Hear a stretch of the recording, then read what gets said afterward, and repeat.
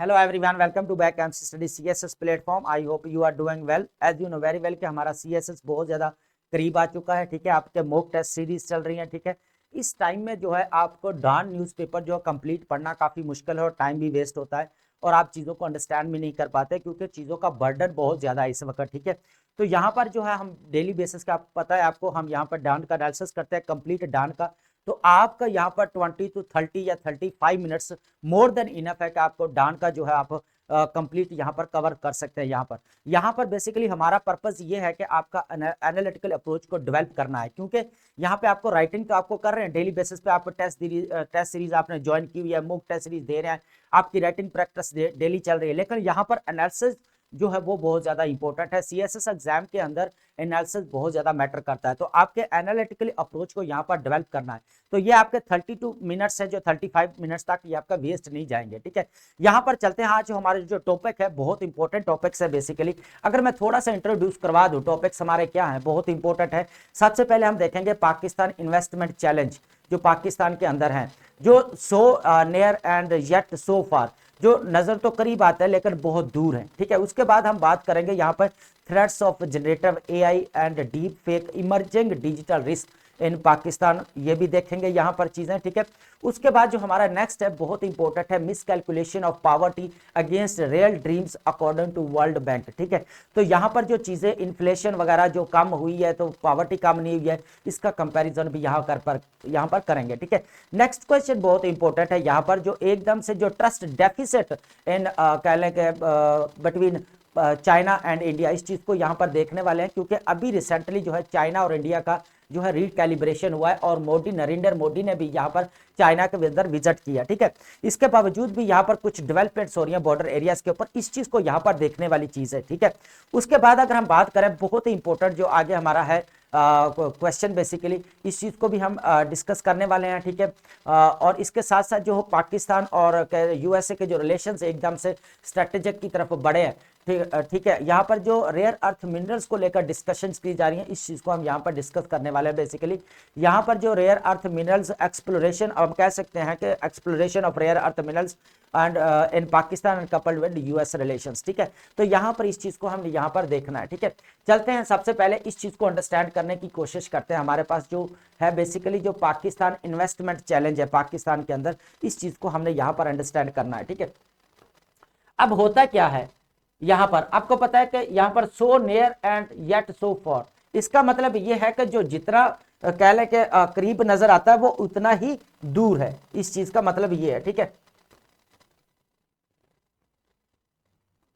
यहां पर देखा जाए पैराडॉक्स, हमेशा पाकिस्तान का देख ले कि आप हिस्ट्री उठाकर देख ले, इन्वेस्टमेंट को लेकर हमेशा जो है यहाँ पर तजाद ही रहा है। सबसे पहले अगर देखेगा आपको पता है कि यहाँ पर 250 मिलियन जो है यहाँ पर जो है आबादी हो चुकी है पाकिस्तान की, लेकिन यहाँ पर क्या है, one world's lowest investment to GDP ratio. अगर यहाँ पर देखा जाए तो दुनिया के अंदर जो पाकिस्तान का जो अभी नजर आ रहा है लोएस्ट जीडीपी जो रेट है, ग्रोथ रेट है, और जो इसके पास रिजर्व है वो भी बहुत कम है, क्योंकि यहाँ पर जो है सर्कुलर डेट बहुत ज्यादा बढ़ता जा रहा है, पब्लिक डेट जो है वो बहुत ज्यादा बढ़ता जा रहा है। उसके बाद बूम बस्ट साइकिल जो इसके अंदर ट्रैप हो चुका है, विशिशियस जो साइकिल है आईएमएफ का, ठीक है, उसके अंदर पाकिस्तान।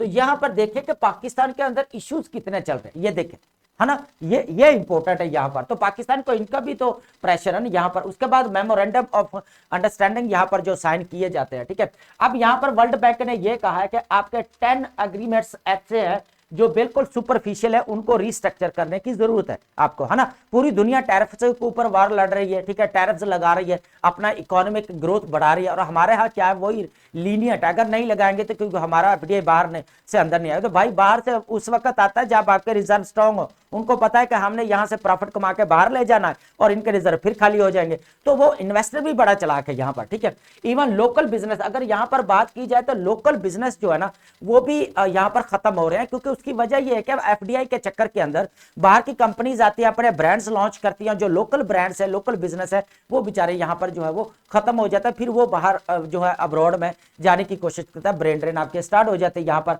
अगर यहाँ पर देखा जाए हमेशा जो है ना केन्जी एक बहुत अच्छे राइटर्स है, जो हमेशा कहते हैं कि जो आपका इन्वेस्टमेंट हमेशा जो है ना अच्छे फ्यूचर के लिए जो है तवक्कुआत रखती हैं कि यार हम जो इन्वेस्टमेंट कर रहे हैं क्या उसका फायदा भी हो रहा है, जो सरमायाकारी हम लगा रहे हैं उसका कोई फायदा भी रहा है, उसके स्टैट्स में कोई कारकर्दगी नजर आ रही है। ठीक है, यहां पर अगर देखा मार्जिनल एफिशिएंसी क्या, current abundance of capital matters less than expected future. अब इतना लगाने के बाद भी आप देखेंगे कि यहां पर जो है वो हमें जो तवक्को की जाने जो एक्सपेक्टेशन होनी चाहिए कि हमारे फ्यूचर के लिए, वो चीज नजर नहीं आती कि यहाँ पर इकोनॉमिक ग्रोथ होगी, प्रॉस्पेरिटी होगी, ठीक है, सोशल डेवलपमेंट्स होगी, वो चीज नजर यहाँ पर नहीं आती। यहाँ पर अगर कोर क्वेश्चन की बात की जाए तो how can government creates certainty in business, अगर टोटली अगर देखा जाए ना तो इस वक्त इन्वेस्टमेंट के लेकर अनसर्टेनिटी बहुत ज्यादा यहां पर है। हाउ रिस्की इज पाकिस्तान, इस चीज को हम यहां पर देखते हैं। यहां पर दो एग्जांपल दी हैं बेसिकली इस चीज को, यहां पर फिर हम इसकी रीजंस देखेंगे, फेलियर कंपाउंडिंग अनसर्टेनिटी क्यों है, इसकी रीजन यहां पर देखेंगे। यहां पर दो केसेस दिए गए, इस चीज को हम थोड़ा सा यहां पर नजर घुमाएंगे। ठीक है, यहां पे प्रॉपर्टी सीजर, पहला केस है प्रॉपर्टी सीजर इन इस्लामाबाद, एक इस्लामाबाद की एग्जांपल दी गई है, बाकी पूरे पाकिस्तान में यही हाल है। अगर यहां पर वो कहता है एक शख्स है उसने 137 जो है यहां पर कनाल जमीन खरीदी है, खरीदने के बाद फार्म हाउस बनाया और उसके बाद वो बाहर चला गया, वापस आया तो उसको पता चला वो बेईमानी से जो है वो उसको बेच दिया गया, आगे उसी के साइन थे, हालांकि वो उसके नहीं थे तो उसको बेच दिया गया। तो ये एक बड़ा कह लें यहाँ पर इसका नुकसान होता है। तो if property rights can not be protected इन इस्लामाबाद, तो यहां तक भी बात कर दी गई है कमेटी के अंदर, अगर प्रॉपर्टी ही पाकिस्तान के अंदर सेफ नहीं है तो फिर पीछे बच क्या गया है ना, रहने की जगह ही आपकी सेफ नहीं है तो पीछे क्या बचता है, तो ये भी एक क्वेश्चन मार्क है। उसके बाद आर्बिट्रेरी बैंक अकाउंट, यहां पर बैंक का पर्पस होता है कि यहां पर आपकी जो पैसों को महफूज रखना। अब यहां पर उनको ये इसके अंदर केस है कि यहां पर जो जितने भी जर्नलिस्ट हैं उनके जो है यहां पर क्या किए जाता है, यहां पर जो अकाउंट्स है वो बैन कर दिए जाते हैं, जो कि कह लें कि इकोनॉमिक के लिए बहुत ज्यादा फायदेमंद है। ठीक है, बाकी तजाद अपनी जगह पे, लेकिन एक जो नेशनल इंटरेस्ट को अगर सामने देखा जाए तो ये तो एक पॉजिटिव चीज है कि यहां पर होने चाहिए। ठीक है, रिजर्व बढ़ने चाहिए। ठीक है, तो ये दो केस है यहां पर, इस चीज को हमने यहां पर डिस्कस किया। अब रीजन डिस्कस करते हैं कि बेसिकली जो चैलेंज क्या है इन्वेस्टमेंट जो इन पाकिस्तान के अंदर करने के लिए चैलेंज क्या है। सिस्टमैटिक फेलियर्स की अगर बात की जाए, यहां पर सिस्टमैटिक कंपाउंडिंग अनसर्टेनिटी, सबसे पहले प्रॉपर्टी राइट्स वैक्यूम, यहां पर हम बात कर रहे हैं, अभी हमने पूछा मिलियंस ऑफ द केसेस जो अभी कह लें कि कोर्ट्स के अंदर लगे हुए हैं कि प्रॉपर्टीज को लेकर, कोई कब्जा माफिया को लेकर, ये लोग मतलब अब आप रहने की जगह आपकी सेफ नहीं है तो आप एक्सपेक्टेशन कैसे कर सकते हैं, है ना, कि कुछ प्रॉस्पेरिटी आ सकती है। तो ये चीज है, no mechanism sanctity of ownership, अभी भी कोई भी जो ऑनरशिप की जो एक सही एक मैकेनिज्म नजर आना चाहिए ना कि यार ये इसी की प्रॉपर्टी है, वो अभी तक नजर नहीं आया। पुअर क्वालिटी जस्टिस आपको पता ही है, अब 27th अमेंडमेंट पास कर दी गई है।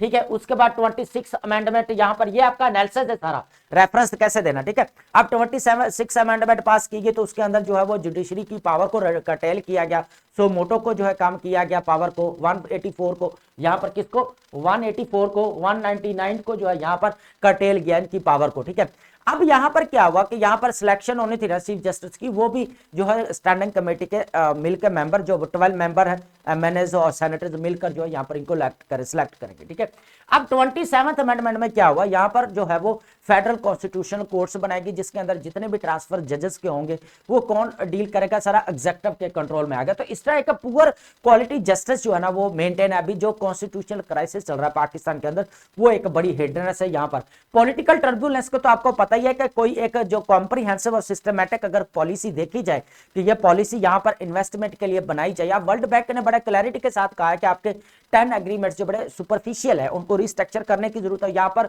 तो यहाँ पर लेकिन है क्या, पॉलिटिकल इंस्टेबिलिटी है, यहाँ पर हर कोई पावर का यहाँ पर चीजें चल रही है। अब कोलैबोरेशन जो चल रहा है यहाँ पर, हम बोलते हैं ना मल्टी जो पार्टी सिस्टम होना चाहिए, कभी कभी ये भी है कि मल्टी पार्टी सिस्टम हमारे जैसे कंट्रीज में जो है वो नहीं चल सकता। अब जर्मनी के अंदर मल्टी पार्टी सिस्टम चल सकता है लेकिन हमारे यहाँ पार्टी नहीं चल सकती वो, है ना।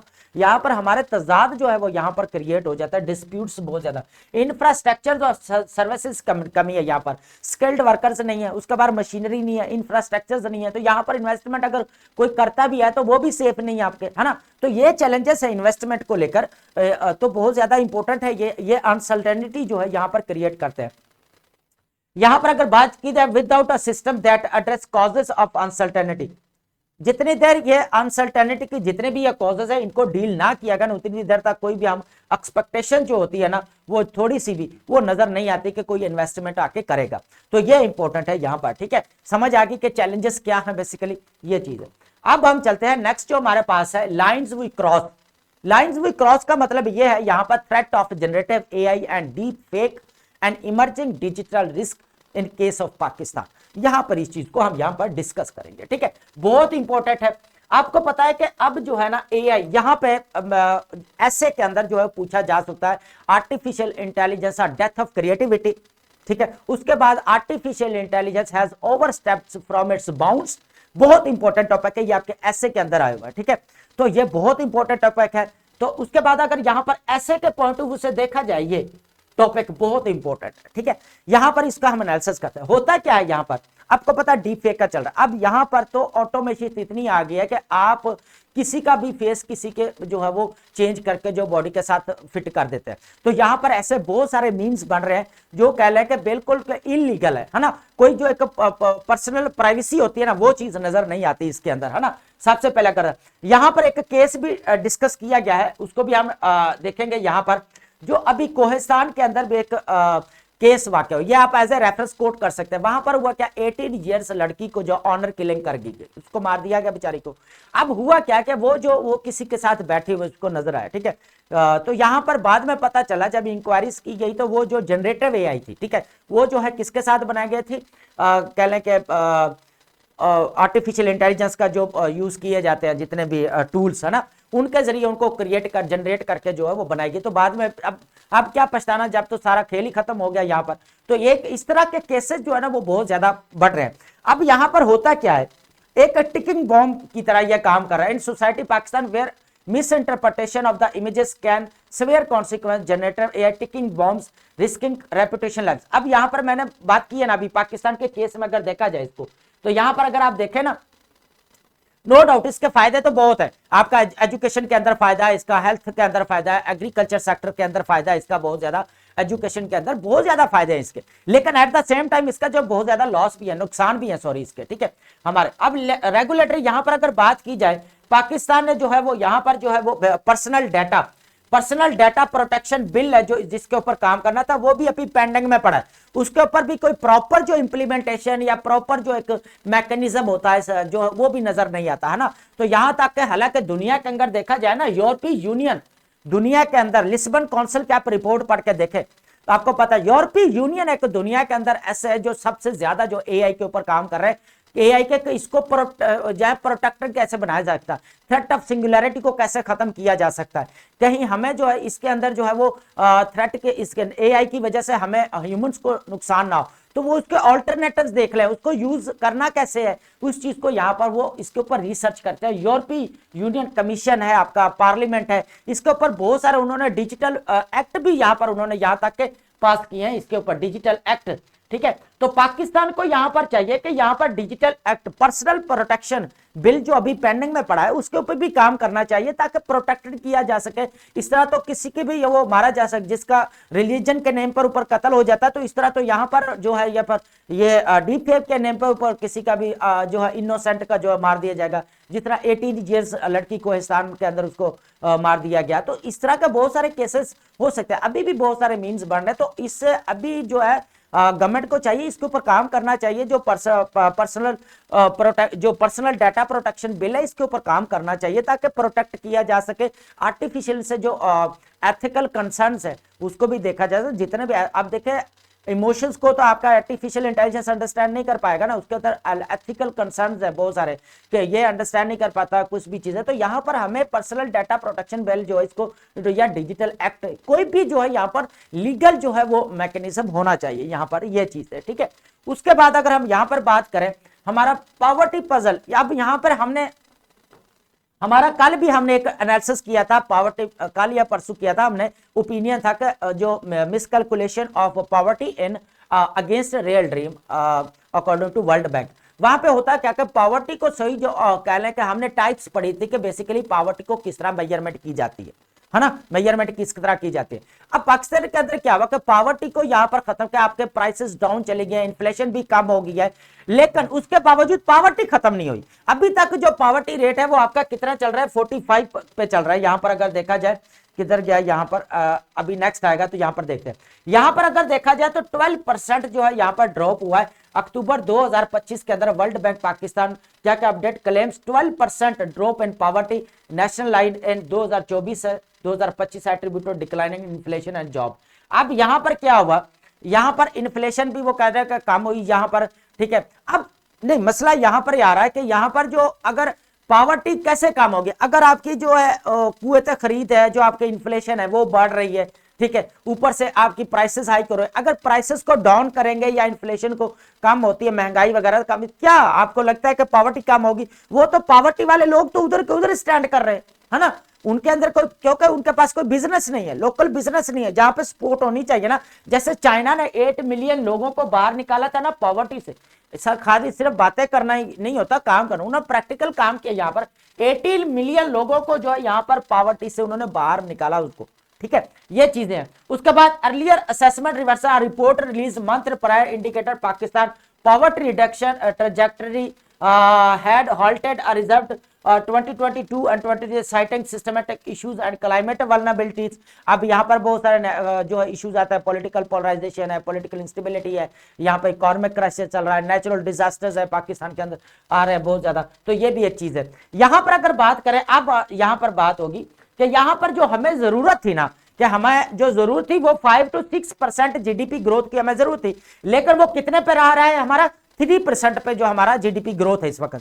चाहे हम वर्ल्ड बैंक के जरिए देख लें, चाहे हम आईएमएफ के जरिए देख लें, चाहे हमारा अपनी इकोनॉमिक सर्वे पाकिस्तान 2025, 24 और 25 के अकॉर्डिंग देख लें तो इतना ही चल रहा है, 2.6, 3.6, 3.5, 3 तक या इतने तक चल रहा है ना। यहां पर हमें जो रिक्वायरमेंट थी वो 5 to 6% थी, अगर हमने पॉवर्टी को खत्म करना है तो यहां पर, ठीक है। अब हुआ क्या, इन्फ्लेशन एंड प्राइसेस। अब डिस्क्रिपेंसीज का मतलब होता है यहां पर तजाद, फर्क को बोला जाता है ना, डिफरेंसेस को बोला जाता है, यहां पर बेसिकली इस चीज को यहां पर किया गया, ठीक है। अब lower inflation rates didn't translate to reduced essential goods prices. अब यहां पर देखिए होता क्या, claim poverty elevation difficult to discuss. अब होता क्या, अब मैंने पहले बताया ना, अगर गुड्स की प्राइसेस कम हो रही है या इन्फ्लेशन कम हो रही है तो लेकिन आपकी पॉवर्टी जो है वो अभी उधर की उधर ही है, क्योंकि उनके पास पॉवर्टी खत्म करने की रीजन ही है, क्योंकि लोकल बिजनेस नहीं उनके पास जो एक कह ले के देखो, अगर कोई बंदा खाने पीने के ऊपर खर्च करने से अगर बंदा गरीब हो ना तो फिर तो हादी मुक गया ना। यहां पर असल मसला पता है क्या है, यहां पर जितनी जो खर्चा करता है एक्सपेंसेस है उससे ज्यादा जो कमाना चाहिए, है ना, तो कमाने के लिए लोकल बिजनेस चाहिए, लेकिन वो जो है सपोर्ट नहीं है। अब लोकल बिजनेस, अब हमने पीछे बात की थी ना इन्वेस्टमेंट की, कि लोकल बिजनेस जो वाले अनसर्टेनिटी बहुत ज्यादा है कि वो पीछे जा रहे हैं, वापस के बाहर जा रहे हैं, सॉरी, है ना, ब्रेन ड्रेन हो रही है।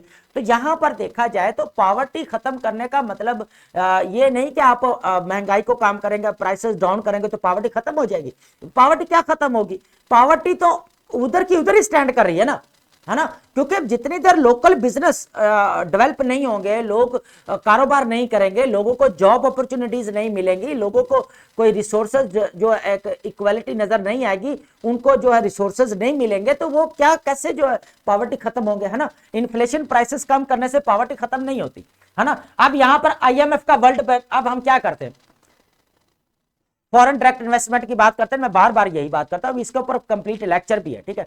I am not against foreign direct investment, हम ये कह रहे हैं इशरत हुसैन के अकॉर्डिंग, हमने बिलिया लोधी के अकॉर्डिंग, इनके साथ जो हमारा जो रिस्ट्रक्चर करने चाहिए ना हमें, दोबारा जितने भी हमारे एग्रीमेंट्स है, दोबारा जितने भी कह लें कि इंस्टीट्यूशन, उनको रिस्ट्रक्चर करना चाहिए, पॉलिसीज टैक्स रिफॉर्म्स होने चाहिए। यहां पर आईएमएफ के साथ हमें स्टोरी किया।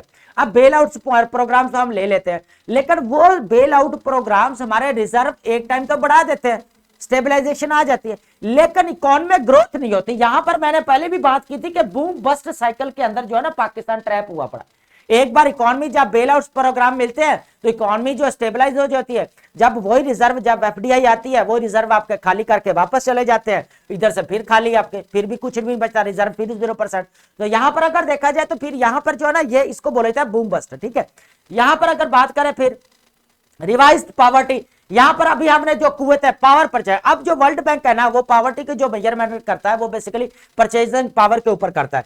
यहां पे अभी 4.2 जो है वो कह लेकर डॉलर पर डे फी है ना एक बंदा, ठीक है। लेकिन अब उसकी पावर्टी कितनी बढ़ गई है जी, 45% पावर्टी जो है पाकिस्तान के अंदर, है ना। तो ये चीज है, तो इस तरह जो है इसकी मेजरमेंट की जाती है। तो प्लानिंग जो जितने भी हमारे मिनिस्ट्रीज है उनको इसके ऊपर काम करना पड़ेगा, इन्वेस्टमेंट को बढ़ाना पड़ेगा। प्राइसेस या इनको काम करने से नहीं है, बल्कि लोकल जो पावर्टी है उसकी रीजंस को देखते हुए उसके स्टैट्स को अच्छे तरीके से मेजरमेंट करे, उसकी अच्छे से डाटा कलेक्ट करे, ताकि अंदाजा लगाया जा सके कि हमें कैसे अपलिफ्ट करना है ना। जब डाटा आपके पास सही हो ना तो फिर उसके बाद भी आपके बहुत सारे मसाइल साल हो जाते हैं, फिर आप एक प्रॉपर प्लानिंग बनाते हैं कि आप इसको कैसे डील किया जा सकता है, ठीक है।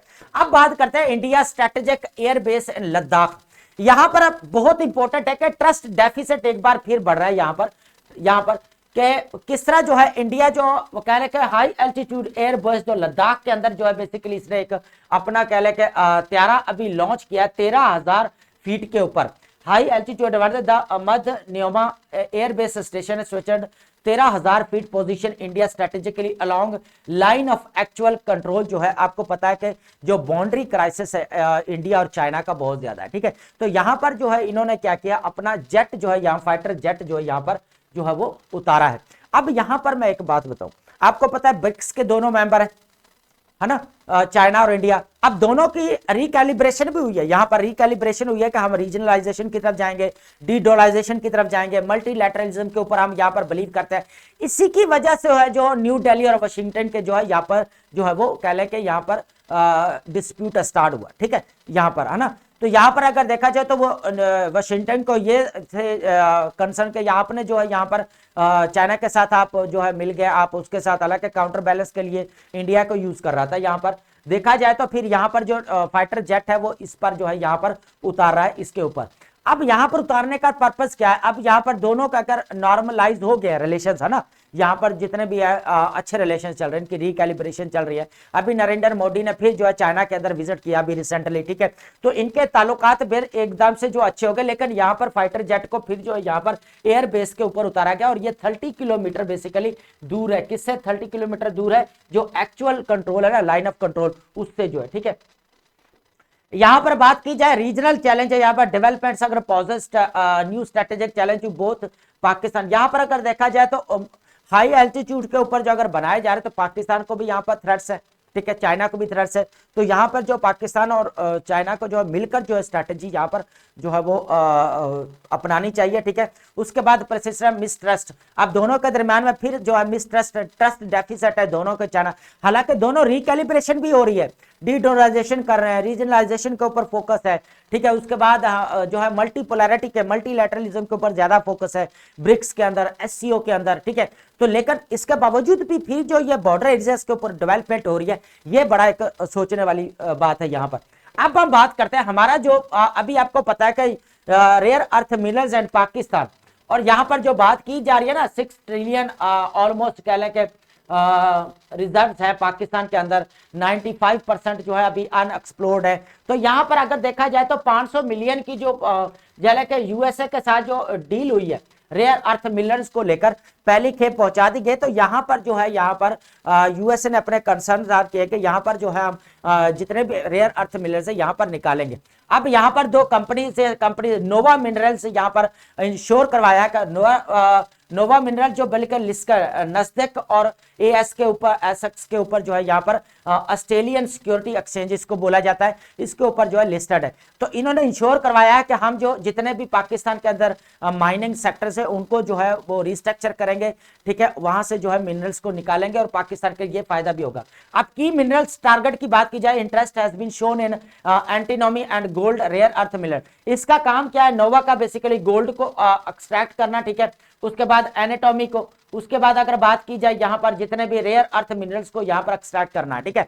तो यहाँ पर अभी जो है यहाँ पर अगर मीटिंग भी हुई है मिनिस्टर कैसर शेख साहब की, यहाँ पर यूएसए के जो है इन्वेस्टर्स जो माइनर्स इंटरेस्ट रखने वाले उनके साथ हुई है, ठीक है। Pakistan appeals the company leader cited Pakistan geological diversity government facilitation policy reforms. यहां पर जो बात की गई है यूएसए के जो माइनर इन्वेस्टमेंट है उनके, उन्होंने यही कहा कि हम जो पाकिस्तान की पॉलिसी रिफॉर्म्स है उसके अकॉर्डिंग काम करेंगे, गवर्नमेंट फैसिलिटेशन जो गवर्नमेंट हमें सहूलियात देगी हम उसके अकॉर्डिंग काम करेंगे। तो यहां पर पाकिस्तान को स्ट्रेटेजी और एक सिस्टमेटिक अप्रोच होनी चाहिए कि इनको ये नहीं है कि ये निकाल के ले जाए और हमें फायदा ना हो। तो यहां पर जो है पाकिस्तान को चेक एंड बैलेंस रखना पड़ेगा और हर चीज को बड़े कीन ऑब्जर्वेशन के साथ देखना पड़ेगा और कंट्रोल पूरा जो है वो पाकिस्तान के होना चाहिए, ताकि रेयर अर्थ मिलने से पाकिस्तान ने जो जियो पॉलिटिक्स से जियो इकोनॉमी की तरफ जो शिफ्ट की है, पॉलिसी शिफ्ट हुई है, तो यहां पर पाकिस्तान को फायदा उठाना चाहिए। तो इसके ऊपर चेक एंड बैलेंस पाकिस्तान को रखने चाहिए। ये नहीं है कि वो निकाल के सारा खजाना इधर से ले जाए।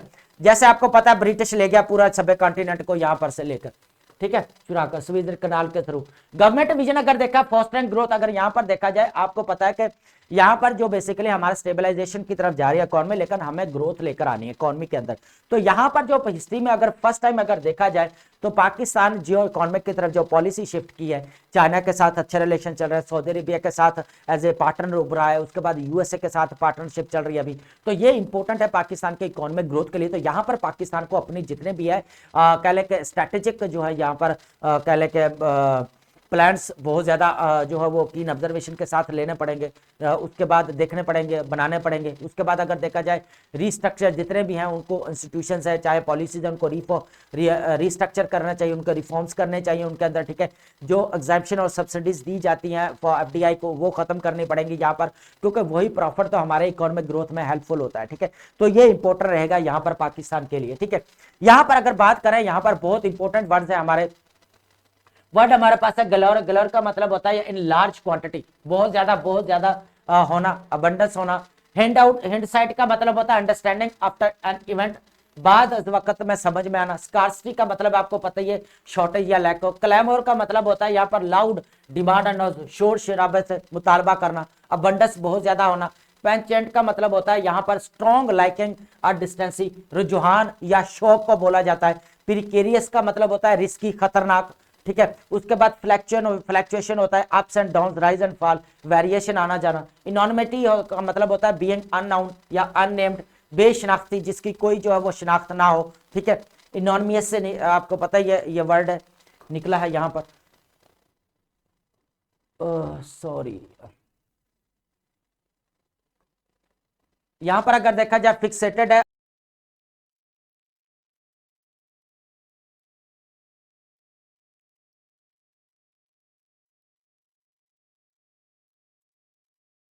यहाँ फिर हमारे नेक्स्ट फिर हम यहाँ पर देखते हैं कि हमारे पास है कॉन्फिस्केशन का मतलब होता है यहाँ पर बेसिकली किसको बोला जाता है, सीजर कर लेना, कब्जा कर लेना किसी की प्रॉपर्टी के ऊपर। प्रिटेक्स्ट का मतलब होता है बहाने करना, फॉल्स रीजन देना, ठीक है, बहाना, झूठा जवाब देना। टर्बुलेंस का मतलब होता है यहाँ पर डिसऑर्डर या अनरेस्ट को बोला जाता है, ठीक है, गैर इस्तेहकाम को बोला जाता है जहाँ पे अनसर्टेनिटी बहुत ज्यादा। डिस्क्रिपेंसी का मतलब होता है कि इनकंसिस्टेंसी या डिफरेंस, फर्क होना, तजाद नजर आना, ठीक है। टर्मोइल का मतलब होता है यहाँ पर क्योस, कंफ्यूजन होना, क्योटक सिचुएशन होना, ठीक है, हफरा तफरी का आलम होना, ठीक है। हॉल का मतलब होता है यहाँ पर a large amount taken a carried, एक बहुत बड़ी मिकदार में जो लेकर जाना। असल्शन का मतलब होता है यहाँ पर कॉन्फिडेंट क्लेम, बड़े पर इत्मीनान के साथ जो है आप कोई भी बात करते हैं या दावा करते हैं। ट्रेजेक्टरी का मतलब होता है पाथ या डायरेक्शन, रास्ते को बोला जाता है, ठीक है। उसके पर्च्ड सॉरी का मतलब होता है यहाँ पर प्लेस्ड हाई नैरो स्पॉट, ठीक है, ऊंची जगह पर टिका हुआ ना। पर्च्ड का मतलब एक्सॉर्बिटेंट का मतलब होता है यहाँ पर एक्सेसिवली हाई, बहुत ज्यादा, हद से ज्यादा जो होना, इंपोर्टेंट भी कह सकते हैं यहाँ पर, ठीक है। उसके बाद अबंडस भी है। डिमिनिश का मतलब आपको पता ही है कि रिड्यूस कर देना, डिक्रीज कर देना, कम कर देना, कटेल कर देना, कर्ब कर देना। वेंचर का पता ही आपको रिस्की बिजनेस को बोला जाता है, कारोबारी इकदामात को बोला जाता है, ठीक है। तो ये बहुत ज्यादा